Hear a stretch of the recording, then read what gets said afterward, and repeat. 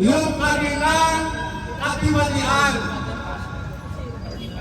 Pagbibintang na itinutuon lamang doon sa mga kontratista, sa mga opisyales ng DPWH na sinasabi nilang mga dahilan ng pagkakaroon ng flood control anomaly.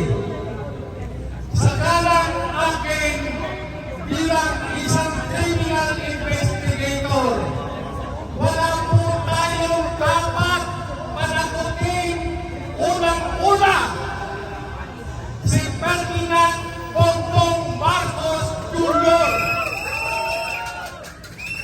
Kasama na ng Senate President, Speaker ng House of Representatives at kanilang mga kasabwat. Bakit?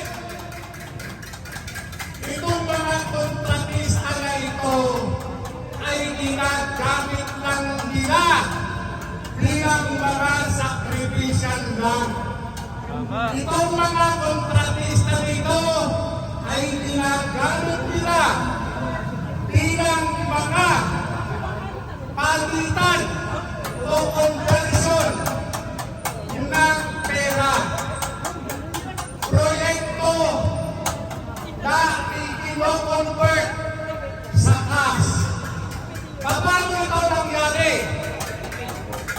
Mayroon pong National Expenditure Program ang tanggapan ng ehekutibo at sa pamamagitan ng Department of Budget and Management, ito po yung isinusulite sa Kongreso.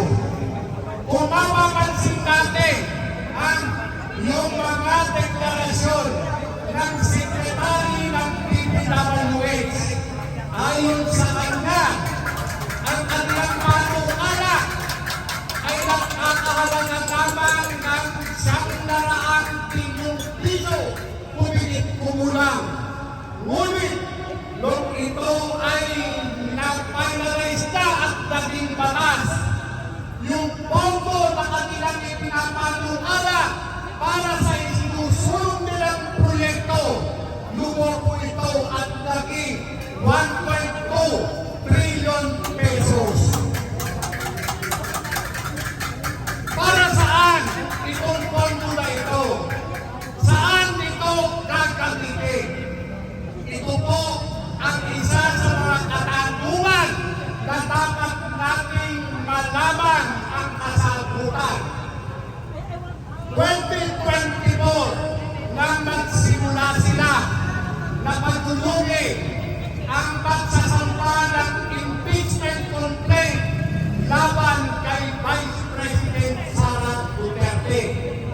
Pero noong mga panahon na yun, wala silang sapat na pondo upang pustusan ang kanilang plano upang ma-impeach ni Vice President Sara Duterte.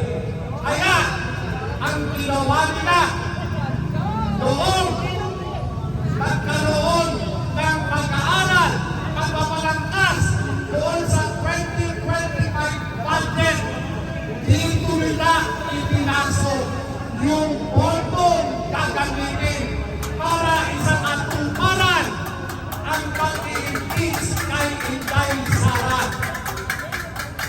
Nangyari po ba? Yung pondo, nagkaroon po ba? Nagkaroon po. Ito po yung lumobong budget, partikular doon sa DPWH.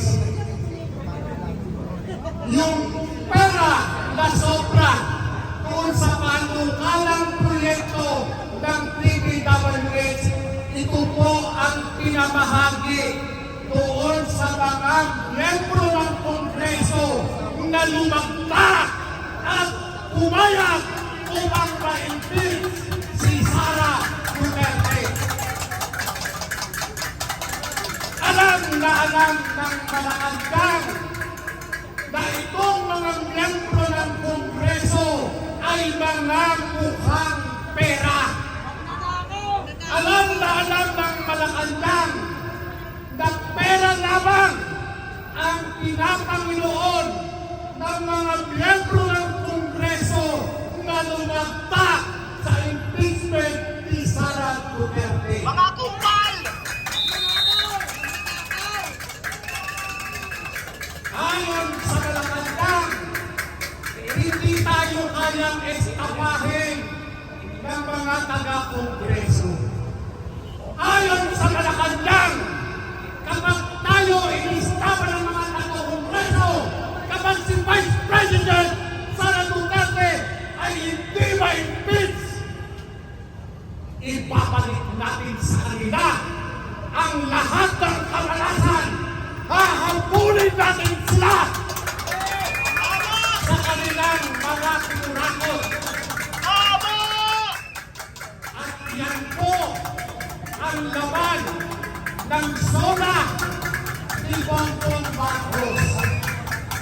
Ayon kay Bongbong Marcos, papalagutin niya yung mga kurap na mga kongresista, mga kontratista na nasa likod ng flood control. Itong nangyayari ngayon, ito po ang sipa ni Bongbong Marcos doon sa mga nawigong patalsikin si Sara. Ginagantihan niya ang Kongreso, ang mga kontratista sapagkat nagkamali ang Kongreso sa pagpapain ng apat na impeachment complaint kung kaya naging daan nito sa pagbabasura at pagdiliklara